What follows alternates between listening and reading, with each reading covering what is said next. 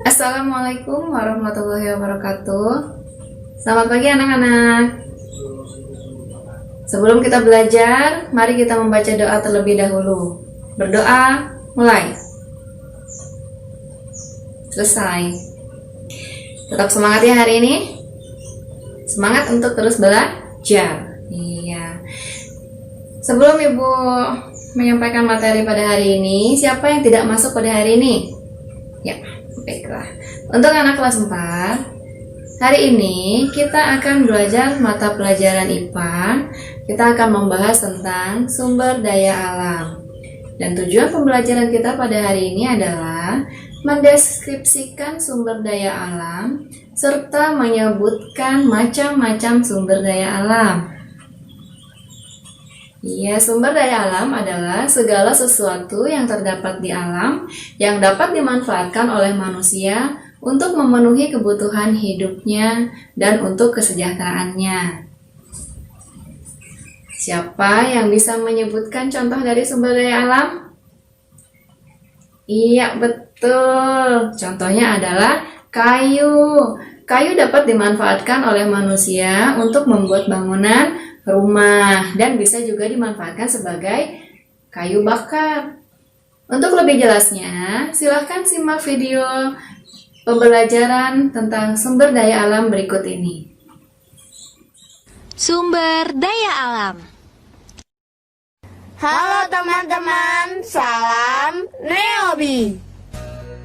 Ada 3 hal yang perlu kita ingat tentang sumber daya alam. Pertama, pengertian sumber daya alam. Sumber daya alam adalah semua kekayaan berupa benda mati maupun benda hidup yang berada di bumi dan dapat dimanfaatkan untuk memenuhi kebutuhan hidup manusia. Kedua, macam-macam sumber daya alam. Teman-teman, macam sumber daya alam atau SDA itu ada 3 loh, yaitu berdasarkan jenis, berdasarkan sifat, dan berdasarkan proses. Berdasarkan jenisnya ada sumber daya alam hayati dan non-hayati. Apa ya perbedaannya? Sumber daya alam hayati itu sumber daya alam yang berasal dari makhluk hidup. Contohnya, tumbuh-tumbuhan dan hewan. Manfaat bagi manusia antara lain sebagai bahan makanan. Contohnya, buah-buahan dan sayuran. Sebagai obat-obatan yaitu ginseng dan jahe. Sebagai bahan bangunan, contohnya pohon jati dan pohon kelapa. Sedangkan sumber daya alam non-hayati yaitu sumber daya alam berasal dari makhluk tak hidup. Contohnya air, sinar matahari, dan tanah. Manfaatnya bagi manusia antara lain sumber minuman. Contohnya air mineral. Sumber penerangan, contohnya sinar matahari. Bahan bangunan, contohnya tanah atau pasir. Selanjutnya, kita akan membahas sumber daya alam berdasarkan sifatnya. Ada sumber daya alam yang terbarukan dan sumber daya alam tak terbarukan. Sumber daya alam terbarukan adalah sumber daya alam yang dapat disediakan kembali setelah habis digunakan. Sumber daya alam terbarukan mempunyai sifat pulih kembali. Dengan sifat pulih tersebut, sumber daya alam dapat terus digunakan. Contohnya, air, tumbuhan, dan hewan. Air termasuk terbarukan karena selalu mengalami pembaruan. Pembaruan tersebut terjadi melalui siklus air. Tumbuhan dan hewan merupakan sumber daya alam terbarukan karena mengalami pembaruan juga loh. Pembaruan tersebut terjadi karena tumbuhan dan hewan dapat berkembang biak. Sumber daya alam tak terbarukan adalah sumber daya alam yang sulit disediakan kembali setelah habis digunakan. Sumber daya alam tak terbarukan sifat pulihnya sangat lama. Untuk penyediaannya pun perlu proses yang panjang, seperti pengeboran, pengolahan, dan lainnya. Sehingga apabila telah habis terpakai, sumber daya alam ini sulit disediakan kembali. Oleh karena itu, pemakaiannya harus dihemat ya. Contoh sumber daya alam tak terbarukan antara lain batu bara dan BBM. Batu bara dimanfaatkan sebagai bahan bakar pembangkit listrik, produksi besi, dan baja, bahan bakar pembuatan semen, dan lainnya. Sedangkan BBM itu bermanfaat sebagai bahan bakar kendaraan, bahan bakar kompor, dan lainnya. Sekarang kita akan mempelajari sumber daya alam berdasarkan prosesnya. Apa saja ya? Sumber daya alam berdasarkan prosesnya itu ada yang langsung digunakan dan ada yang tidak langsung digunakan. Sumber daya alam langsung digunakan artinya sumber daya alam yang bisa dikonsumsi tanpa perlu teknologi. Contohnya antara lain buah-buahan, sayuran, dan air. Sumber daya alam tak langsung digunakan artinya sumber daya alam tersebut baru bisa dikonsumsi setelah diproses dengan teknologi. Contohnya minyak bumi, batu bara, minyak goreng, dan lainnya. Nah, itu tadi beberapa hal yang perlu kita ingat. Diingat-ingat ya. Be smart, be happy. Untuk anak-anak kelas 5, hari ini kita akan membahas mata pelajaran matematika dengan materi jaring-jaring kubus dan balok. Tujuan pembelajaran kita pada hari ini yaitu mendefinisikan pengertian jaring-jaring kubus dan jaring-jaring balok, kemudian menggambarkan jaring-jaring kubus dan jaring-jaring balok. Jaring-jaring adalah serangkaian bangun datar yang membentuk bangun ruang.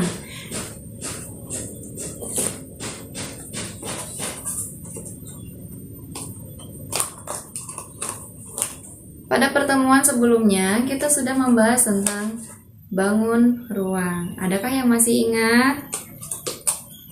Ini bangun ruang apa? Iya betul, ini adalah bangun ruang kubus. Adakah yang masih ingat? Ini bangun ruang apa? Iya betul, ini adalah contoh dari bangun ruang balok. Kubus ini apabila kita buka akan membentuk serangkaian bangun datar. Jadi, jaring-jaring kubus adalah serangkaian bangun datar persegi yang membentuk bangun ruang kubus. Bangun ruang kubus terdiri dari 6 persegi. Mari kita hitung bersama-sama. 1, 2, 3, 4, 5, 6. Untuk lebih jelasnya, mari kita simak video pembelajaran tentang jaring-jaring kubus dan jaring-jaring balok. Ada dua hal yang perlu kita ingat tentang jaring-jaring bangun ruang. Yang pertama, jaring-jaring kubus.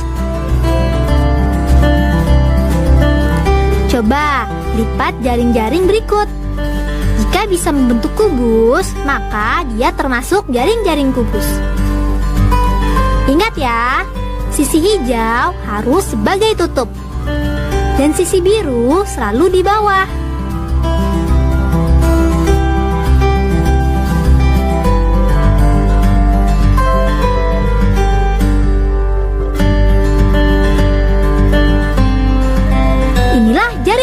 kubus.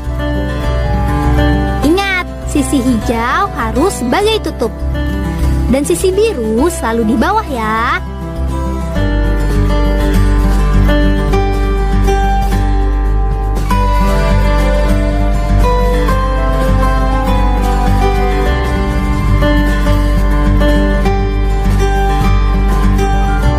Benar, ini juga jaring-jaring kubus. Kalau jaring-jaring ini, jaring-jaring kubus juga nggak ya? Kita coba yuk.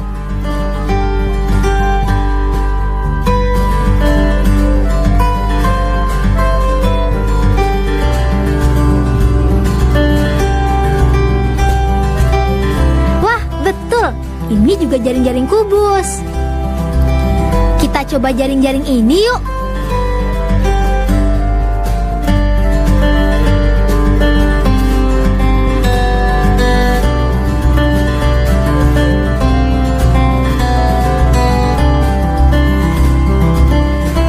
Yang ini juga jaring-jaring kubus juga ternyata. Kalau yang ini bagaimana? Ya udah, kita coba saja yuk.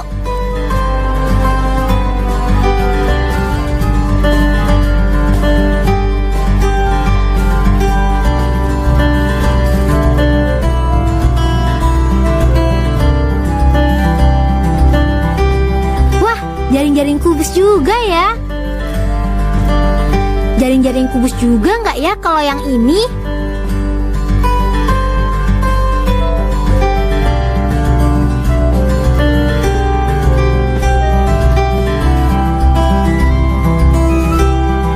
Hebat, ternyata jaring-jaring kubus juga teman. Kalau ini termasuk kubus juga bukan ya?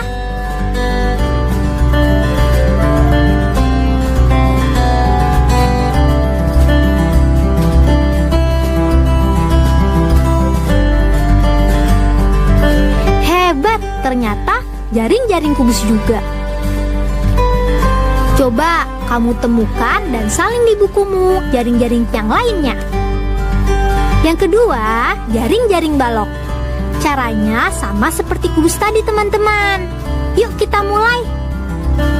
Ingat ya, sisi hijau harus sebagai tutup dan sisi biru selalu di bawah.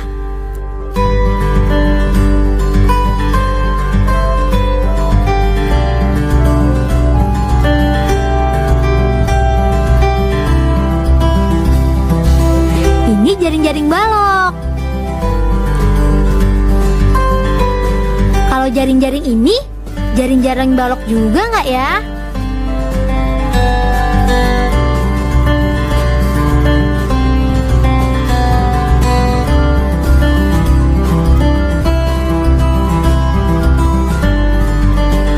Ternyata jaring-jaring balok juga. Kita coba jaring-jaring ini yuk.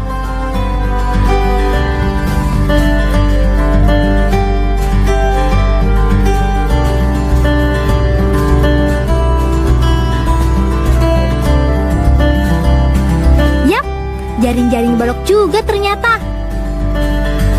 Jaring-jaring balok juga nggak ya kalau yang ini?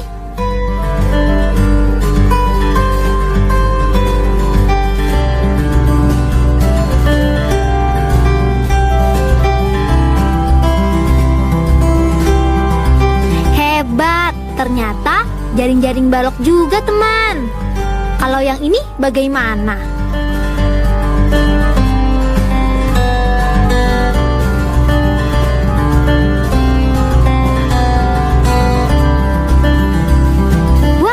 Jaring-jaring balok juga ya.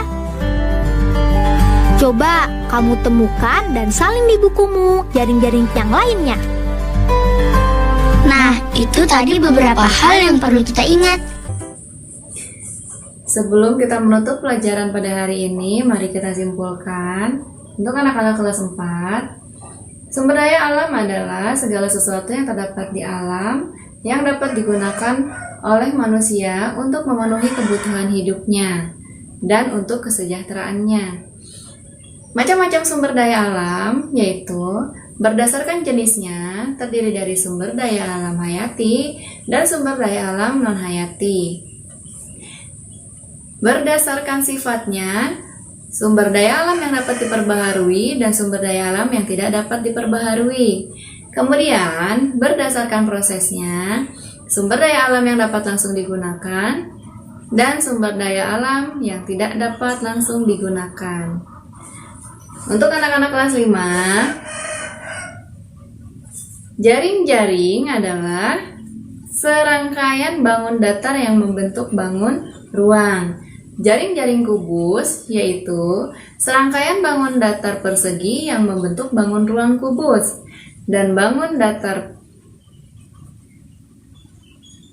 Dan jaring-jaring balok adalah serangkaian bangun datar berbentuk persegi panjang yang membentuk bangun ruang balok. Demikian pelajaran kita pada hari ini. Jangan lupa di rumahnya belajar. Terima kasih. Wassalamualaikum warahmatullahi wabarakatuh.